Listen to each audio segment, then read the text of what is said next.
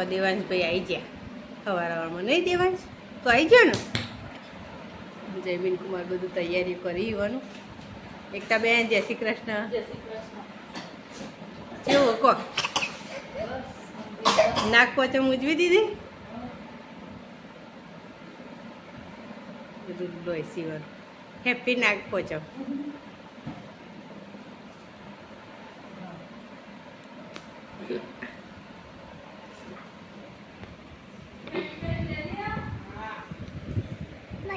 Good morning જય શ્રી કૃષ્ણ જય માતાજી સ્વાગત છે તમારા બધાનું મારા નવા બ્લોગમાં આજને દિવસની શરૂઆત થાય છે સવારે 10 વાગે કામ તો બધું બાકી છે તો કામ કશું કરી નહીં જો આશા રાખું કે તમે બધા હાજરતા જશો હું પણ હાજરતા જઈશું એટલે ચકલા કચરાની ડોલ પાડી કાઢી નીચે પાડી પર મૂકી હતી ને તે અંદર ખાવા આવ્યા છે ને બધું તે પાડી કાઢીશ પાડી પરથી નીચે પાડી કાઢી અત્યારે આ વિડીયો ચાલુ કર્યા પછી જ એને પાડી કાઢી એટલે હજુ તો ઘરનું કામ બધું બાકી છે કરીએ હવે ધીરે ધીરે અને જો અમારા દેવાંશભાઈએ કેવું કર્યું છે ભોણાભાઈએ અમારા ભોણાભાઈએ અત્યારમાં આવ્યા ને બધું વસ્તુ લેવા ફ્રીજમાંથી તે જો આવું બધું કરી દીધું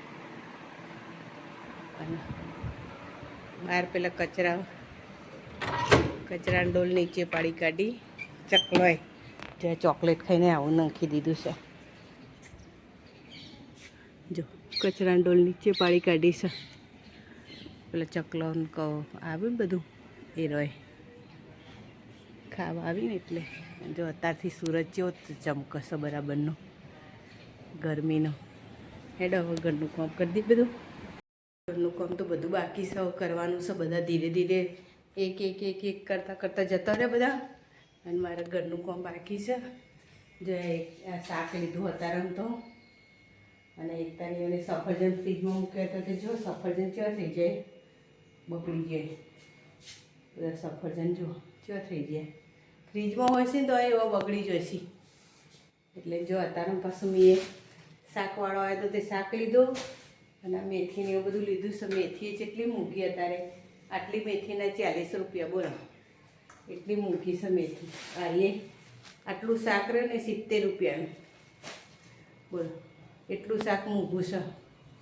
એટલે હજુ તો કામ બધું બાકી છે કરી દઈએ શાકે મૂઘું અત્યારે તો બધું મૂઘું ગમે તે વસ્તુ લે શાકે લો તો મૂઘું ને કરિયાણું મૂઘું બધું મૂઘું મેથી એ બોલો એટલી 40 રૂપિયાની મેથી છે 250 મેથીના 40 રૂપિયા લે અત્યારે અમે બોલો મૂઘું શાક અને હજુ તો કપડાં ને વાસણ ને બધું પડ્યું છે એટલે એવો કરી દઈએ ધીરે ધીરે 11 વાગતા બધું કામ કમ્પ્લીટ કરી દે હું 10 વાગ્યા છે ને 11 થતો આપણું કામ બધું કમ્પ્લીટ કરી દેવાનું 11:30 થતો ફટફટ કરી દેવાનું અને પછી રસોઈ કરવાની રસોઈ કરી અને પછી એ તોય મારે 2 તો વાગી છે ગમે એટલું હું વહેલા કરું તો કારણ કે ખાવાવાળા 1 વાગે આવી 1:30 વાગે આવી કોઈ નક્કી જ નહીં સાહેબનું બધાનું એટલે અને આજે પાછી નાગ પંચમ છે તો બધાને નાગ પંચમની ખૂબ ખૂબ શુભકામના એક બાજુ બોર ચોથે છે અને નાગ પંચમે છે એટલે કેલેન્ડરમાં જોયું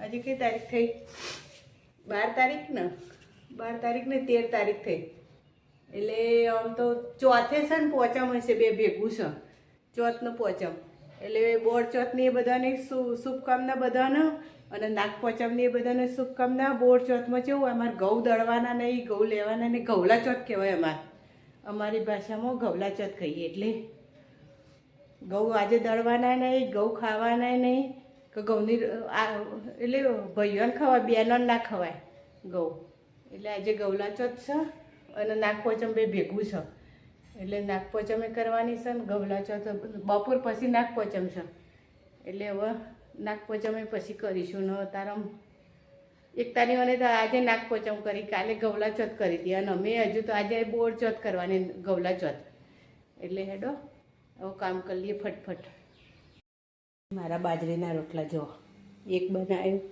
2 બનાવ્યા અને આ ત્રીજો નાનો બનાવવાનો છે અને રીંગણનું ચોળીનું અને બટેકા એનું શાક કર્યું કુકરમાં અને આપણા રોટલા અને દક્ષુભાઈ માટે આટલી રોટલી કરવાની 2 3 રોટલી થશે એને 3 રોટલી જ જુઓ એટલે તાઈ રોટલી કરવાની ને બાજરીના રોટલા.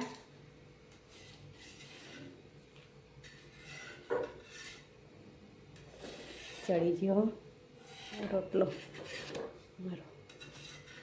હવે વાળવાનો ઊંધો વાળી કાઢ્યો છે. કુકરમાંથી સીટી જતી રહી, શાક થઈ ગયું છે.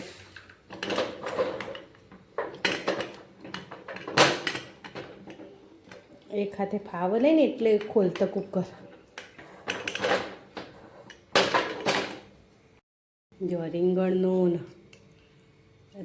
ને બટેકા, રીંગણ ચોળી અને બટેકાનું શાક કર્યું છે મસ્ત. રસાદાળ સાહેબને રસાવાળું શાક જોવો, કોરું શાક કશું ના ભાવે એવા, એટલે મારે રસાવાળું જ શાક કરવાનું, ગમે તે શાક કરો તો હોય. એટલે રસાવાળું શાક, બાજરીના રોટલા, દક્ષુભાઈ માટે રોટલી, આટલું બનાવી છે. આવી જાય બોલે હેડા દક્ષુભાઈ. એટલે હું તને એમ કહેતો હતો કે આ પગે ઊંઘ્યો તો ડાયરેક્ટ પેન આવી જતી ઉતાર ડાયરેક્ટ ઊંઘ ઉતરી જાય. તે હું તાર જેટલી લોબી નહીં પણ હો, ડાયરેક્ટ આવી તે ઓમ થઈ હાથ લજસો ને એક ને તો તકિયો નીચે પાડી દીધો. પ્રેક્ટિસ કરે એમ કરાવજો છે. ડાયરેક્ટ હા હા હા હા. હા શું બનાવી જવાનું? જમવામાં શાક ને રોટલા. આજ તો ગવલા ચોથ એટલે બાજરી જ ખાવી પડે, ઘઉં ખવાય નહીં. અરે આ નાક પાછળ બધો અડધો નાક પોચમ કહીને અડધો ગવલા ચોથ કહીને. એટલે હવે જે હોય ખરું, આપણે તો ખાવા રોટલા કર્યા છે મેં. હા એટલે બધું કાઢીને જ મૂક્યો છે મેં, બધું તૈયાર કરીને જ મૂક્યો. તારે આવવાનું જ છે હવે ખાલી.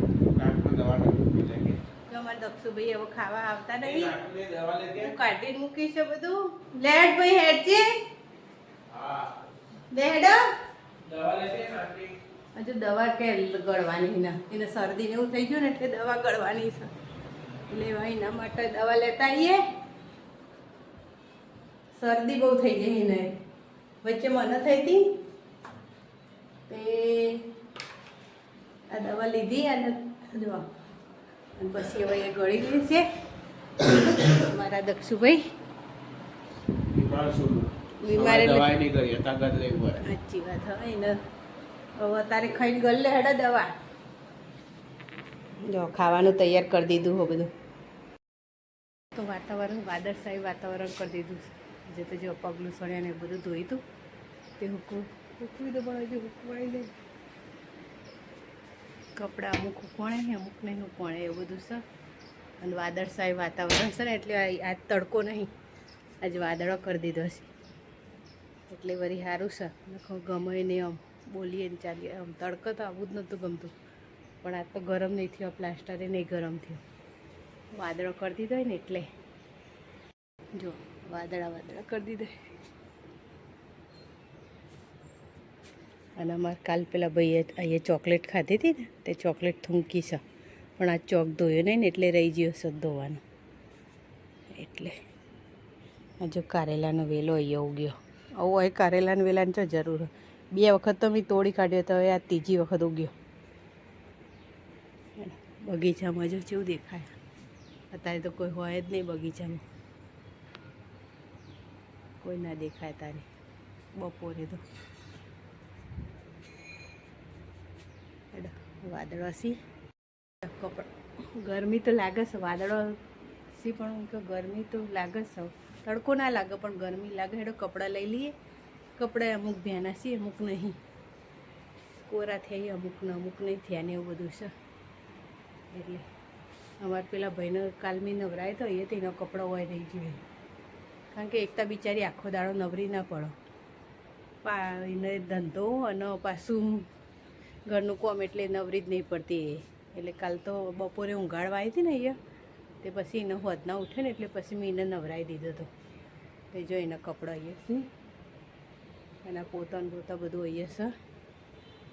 એટલે સારું, ચલો પહેલાં લઈ લઈએ બધા કપડાંને એવું. મારા ભાઈએ સોફાની હાલત જેવી કરી જો. અને તે નાઈ કરી કુંચો કર બેન કરી ટોકરમાં બેન કરીને નાઈ. અને આ બધું તમે ચમ નેચે નંખ્યો ભાઈ? હા આ બધું નીચે ચમ નખી? હા ચમ એના નાનું નાનું ઓશીકું કોનું છે દેવાંશનું ના આ તો રુદ્રનું અમાર રુદુનું ઓવો અમાર રુદુનું કે તારું હા હો એક તારું અને એક રુદ્રનું બે એક તારું અને એક રુદ્રનું બેનું ને હા સાહેબ આ તે દરવાજો ખોલવાનું મને કોઈ તમે મને દરવાજો ખોલવાનો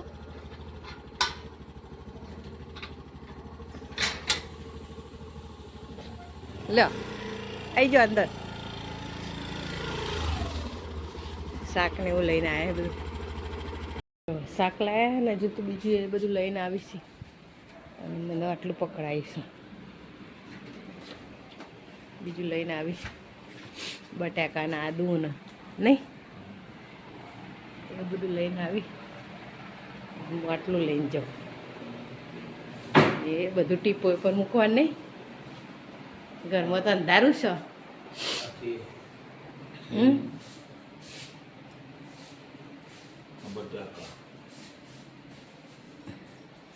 હજુ રસોઈ કરી નહીં મી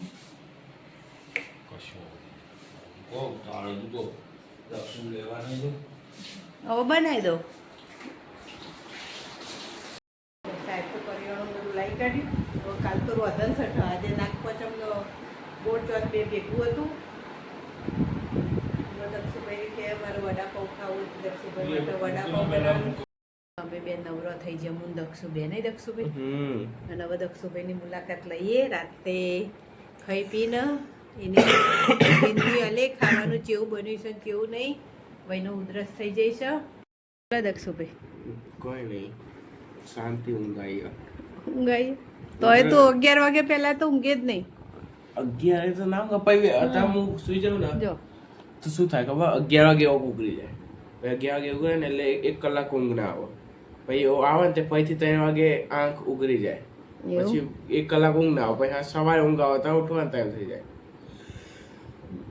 એટલે ગમે તેટલી ઊંઘ આવે પણ ઊંઘવાનું તો 11 સવા 11 છે અને ઉધરસ થઈ જાય શું ખાધું અત્યારે ખાધું વડાપાવ ઘરે બનાવી દીધા નહીં વડાપાવ યસ સેવ સિંગ વાળું પાવ સેવ સિંગ વાળું પાવ અને સાહેબ તો બહાર જ્યાં લાગી બાથરૂમ કરીએ હાથ પગ ધોવા જશે બોલો બીજું શાંતિ ને ઉધરસ ને હળદર કાલનો દિવસ જવાનું પછી 3 દિવસ રજા હવ કાલ તો રોધન સઠ રાંધજો તમે શું બનાવવાનું થેપલા હોય કઢી હોય ભાખરી હોય પછી પાતળા હોય બીજું શું હોય તાર પપ્પા માટે ગેસ બનાવવી પડશે એમના માટે બનાવી દેવાની ગેસ બનાવવાની મરચા તરવાના હું તમારા માટે બ્રેડ સુખડી બનાવવાની થોડી સુખડી બનાવવી પડશે હું તમારા માટે થોડી બ્રેડ બનાવી મૂકી દે બટર ને સેવ ને સિંગ બનાવી શેકવાની નહીં શેકવાની નહીં સાદી સાદી વચ્ચે ભૂખ લાગે તો હા એ તો ખાઈ લેવાનું વધુ નહીં